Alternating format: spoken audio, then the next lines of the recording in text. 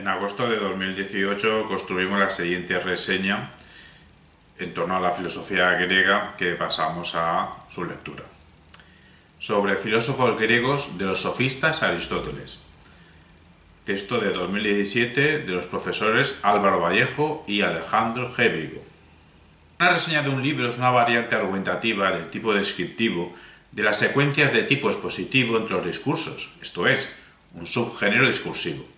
Pasemos pues a exponer de forma descriptiva, con tono argumentativo, este libro de los profesores Álvaro Vallejo y Alejandro G. Vigo, especialistas en filosofía antigua en las universidades de Granada y Pamplona respectivamente, ambos dos con una fecunda trayectoria filosófica. Nuestra tesis es: la obra Filósofos griegos de los sofistas Aristóteles supone un texto en cierta medida imprescindible para todo aquel que quiera aumentar o profundizar su bagaje cognoscitivo en ese momento histórico tan peculiar como fue el de la consolidación clásica del pensar occidental. Para ello debería tener una serie de cualidades respecto a su fondo y a su forma, que lo pongan en valor, amén de algunas diferencias que lo hagan destacar frente a la amplia oferta sobre este periodo germen de buena parte de los conceptos y de las ideas que nos constituyen hoy en día. No solo ya los occidentales, sino incluso cualquier ciudadano del mundo, ventajas o desventajas de la globalización. Ya desde sus primeras páginas esta obra supone no solo un ejercicio historiográfico, sino toda una invitación a la reflexión metahistoriográfica sobre cómo construir hoy historia de la filosofía. Arrancan los autores afirmando cuán vano sería el gesto de desaparecer de la escena del texto por parte del historiador de filosofía, reconociendo asimismo que su comprensión está condicionada por su horizonte y por la tradición filosófica a la que pertenecen. Se ubican así explícitamente en la perspectiva de Gadamer. El escenario de la historia de la filosofía es dialéctico. Se mueven en el espacio entre la antigua doxografía, una sucesión inconexa de ideas, y la nueva doxografía, avanzar mediante construcciones racionales tratando a los grandes filósofos del pasado como colegas con los que con Álvaro Vallejo y Alejandro Vigo se mueven en el terreno cuyo contorno viene delimitado por un modelo historiográfico filológico empírico que opera entre la reconstrucción racional del pensamiento de un filósofo y la exposición de carácter histórico y filológico necesaria para el tratamiento de sus textos. Las razones de sus motivaciones dentro de un contexto histórico terminológico, como requisito para la comprensión. La actitud de los autores es de aproximación hermenéutica, con pretensiones científicas. Hermenéutica para descubrir el sentido histórico de los textos y ciencia para no caer en especulaciones distorsionantes.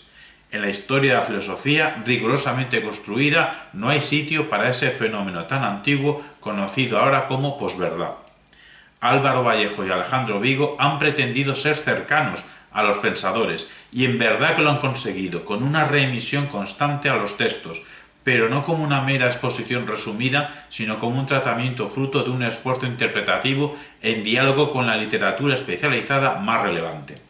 Pues lo que el historiador de la filosofía expone debe confrontarlo con los textos del autor y cotejarlo con otras interpretaciones similares y opuestas. Se han marcado también como fin la invitación a la lectura, objetivo cumplido con creces. La presente obra constituye una historia selectiva de la filosofía griega, del periodo clásico, siglos V y IV antes de nuestra era, consiguiendo un equilibrio entre visión de conjunto y atención al detalle, por lo que su lectura no defraudará ni al amplio público ni al investigador especializado, pues los aspectos técnicos se combinan y bien entrelazados con la explicación comprensiva. Entrando en materia, la parte primera, de los sofistas a Platón y la Academia, corresponde a Álvaro Vallejo, contando con los capítulos Los sofistas, Sócrates, Platón y la Academia, mientras que la parte segunda, dedicada a Aristóteles y el Liceo, ha sido responsabilidad de Alejandro Vigo, con los capítulos Aristóteles, el Liceo, notándose un acuerdo previo en el estilo y arquitectura del libro en su conjunto, precisamente porque no se nota el tránsito de un autor a otro.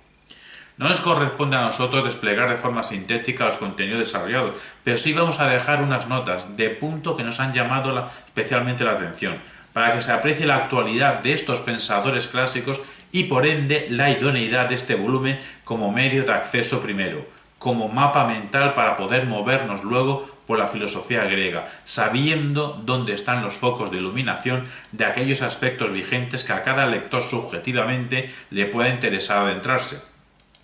Así pues, de los sofistas abordan temas de nuestro tiempo como la naturaleza del lenguaje. La dialéctica interpretativa pasa por si serían mercaderes del conocimiento o unos educadores para la democracia, pedagogos o demagogos. Los autores, para examinar el lugar que ocupan los sofistas en la historia de la filosofía, atienden a su conexión con el planteamiento anterior, presente y posterior a ellos. Asimismo, analizan hasta qué punto había unidad interna entre ellos, pues sólo en caso afirmativo se puede considerar como una tendencia a filosofía. Pese a todas sus diferencias, coinciden en la maestría en retórica y en su intencionalidad pedagógica, ambos rasgos encaminados a encontrar soluciones prácticas a problemas reales de su tiempo. Lo relevante era la formación del individuo en comunidad.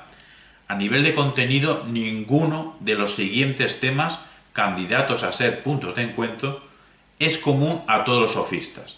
Ni la ausencia de religiosidad, ni el empirismo, ni el escepticismo, ni la defensa de la antítesis naturaleza-convención.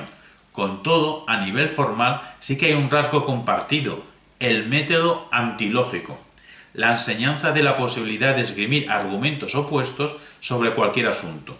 Gracias a la excelente exposición de los autores, logramos nosotros concluir que se puede considerar a los sofistas como esos pioneros de la lingüística que tuvieron una concepción de la vida pública como debate. Y es que su relevancia sociopolítica para nuestro propio presente es considerable. De hecho, nuestra conexión entre ley y progreso procede de estos también primeros profesores profesionales e itinerantes.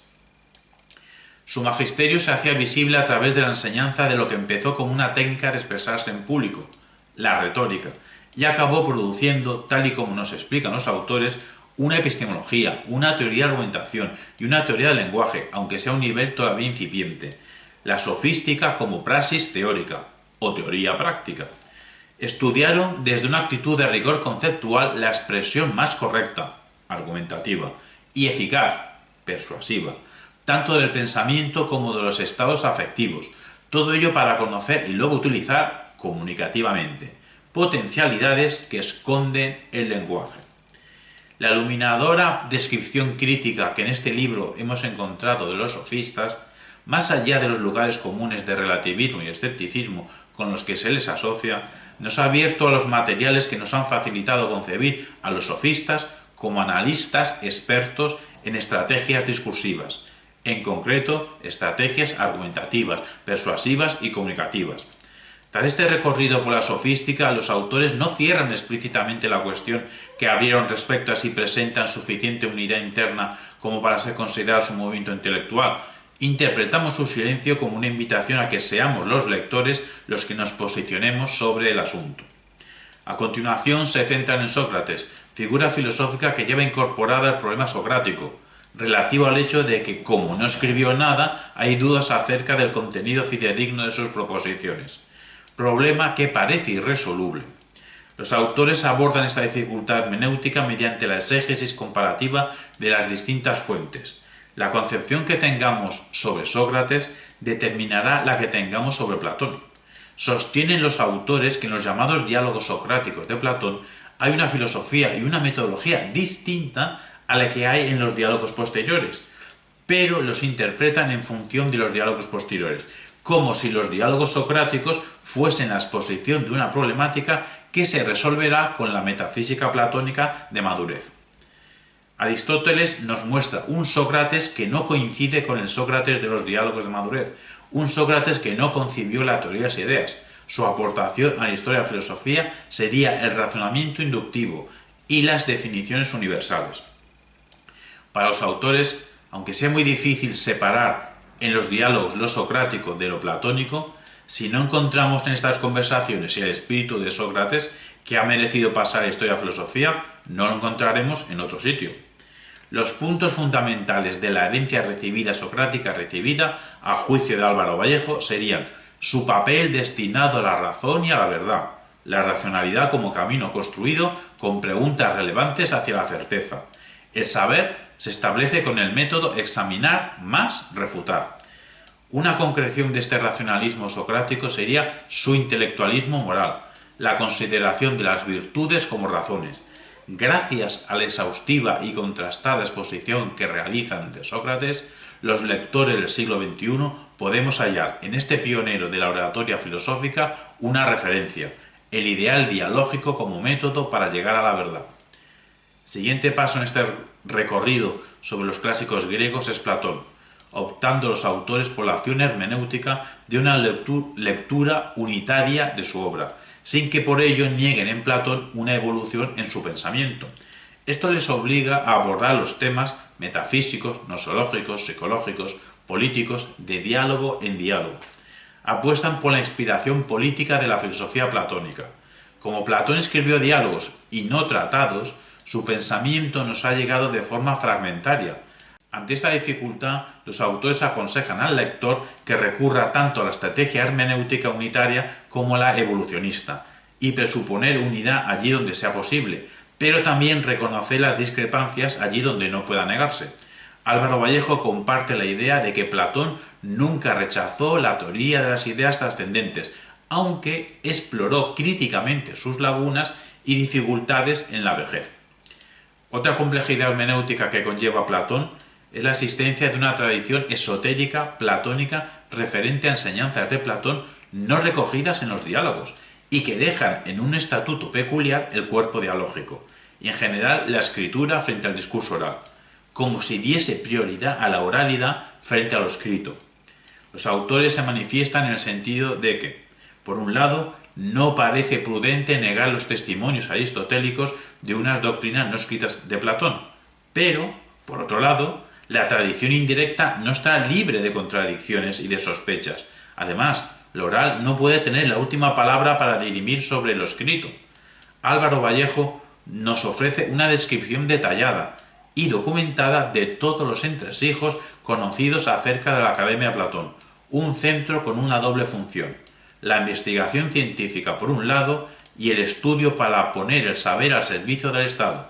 Todo ello para hacer competencia a otros centros educativos de la época, en especial la escuela sofista de Isócrates.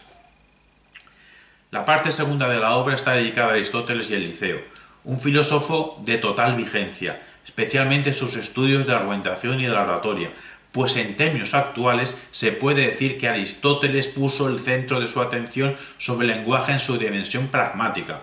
Una toma de partido de Aristóteles chirría con nuestra concepción actual de los derechos humanos, su defensa de la esclavitud en determinadas circunstancias. Alejandro G. Vigo considera que las razones apuntadas por Aristóteles para defender la esclavitud en caso de incapacidad para guiarse o disposición deficiente de carácter no justifican filosóficamente la esclavitud, en la que seres humanos pasan a ser meras posesiones o instrumentos de trabajo de otros.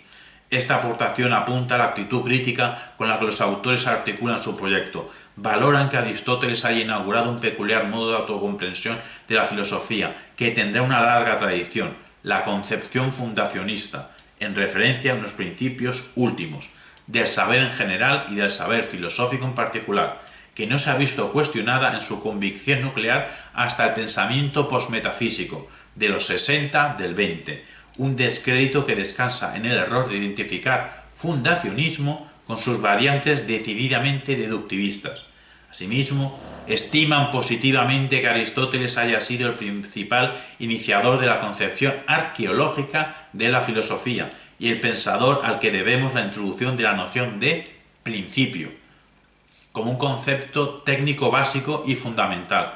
El método de la indagación filosófica aristotélica se basaría en 1.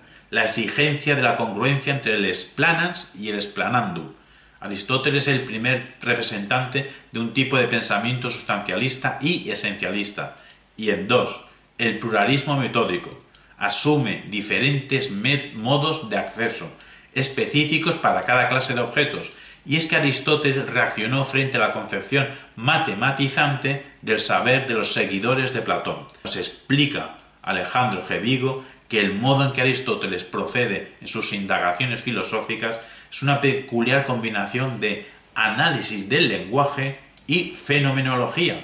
a la hora de abordar cualquier problema de las áreas de su pensamiento, y es este proceder el que ha despertado el interés de pensadores de las corrientes dominantes en la actualidad, la filosofía analítica y la corriente fenomenológica hermenéutica. Los autores juzgan que el pensamiento de Aristóteles revela en su estilo y en su orientación metódica no pocos rasgos que lo emparentan con algunos de los puntos de partida básicos de ambos movimientos filosóficos. He aquí la renovada vigencia de Aristóteles como un interlocutor válido y privilegiado en la discusión filosófica del presente. Lo sorprendente, nos comenta Vigo, es que Aristóteles, en su indagación filosófica, consigue una convergencia entre los dos enfoques, el análisis del lenguaje y la fenomenología. Así pues, puede decirse que Aristóteles anticipa la tendencia más marcada de la filosofía actual. Nos explican que el Liceo no pudo considerarse en sus inicios una institución educativa como la Academia, dada la condición de extranjero de Aristóteles, pero en poco tiempo se convirtió en una escuela independiente de enseñanza pública, especialmente dedicada al estudio de la naturaleza. Mientras que Platón llegó a estar unos 20 años al mando de la Academia, Aristóteles tan solo 12 en el Liceo. Tras la muerte de ambas instituciones gozaron de unas pocas generaciones de esplendor intelectual, tras lo cual entraron en decadencia, y en tiempos de Cicerón eran ya lugares abandonados, al igual que el jardín de Epicuro.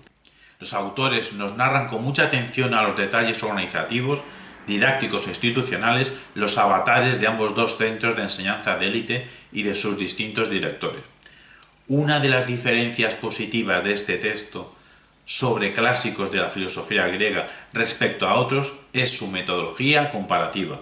De cada filósofo o movimiento nos presentan sus dificultades hermenéuticas y a continuación nos explican las distintas soluciones interpretativas que se han dado. Asimismo, conectan la figura filosófica que están abordando con otras figuras precedentes, otras coetáneas y otras posteriores.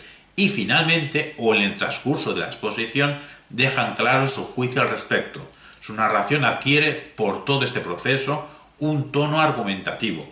Otro punto a destacar de Álvaro Vallejo y Alejandro G. Vigo es la atención al detalle. Está todo lo relevante del pensamiento clásico griego, por lo que sobrepasan el mero manual y presentan el mismo nivel de erudición de una obra extensa de varios volúmenes, pero un solo volumen de 640 páginas, tan prolijo como manejable, y el grado de erudición que exhiben lo envuelven con una escritura cómoda de leer y comprensible, pues ante aspectos técnicos y filológicos consiguen explicarlos adecuadamente. En fin, tenemos que celebrar que desde 2017 podamos contar en el marco hispano con una obra científica para el experto y de aprendizaje para el profano, rigurosa en la forma, necesaria en cuanto a un contenido que forma parte de nuestra identidad y amena en su conjunto como filósofos griegos de los sofistas Aristóteles.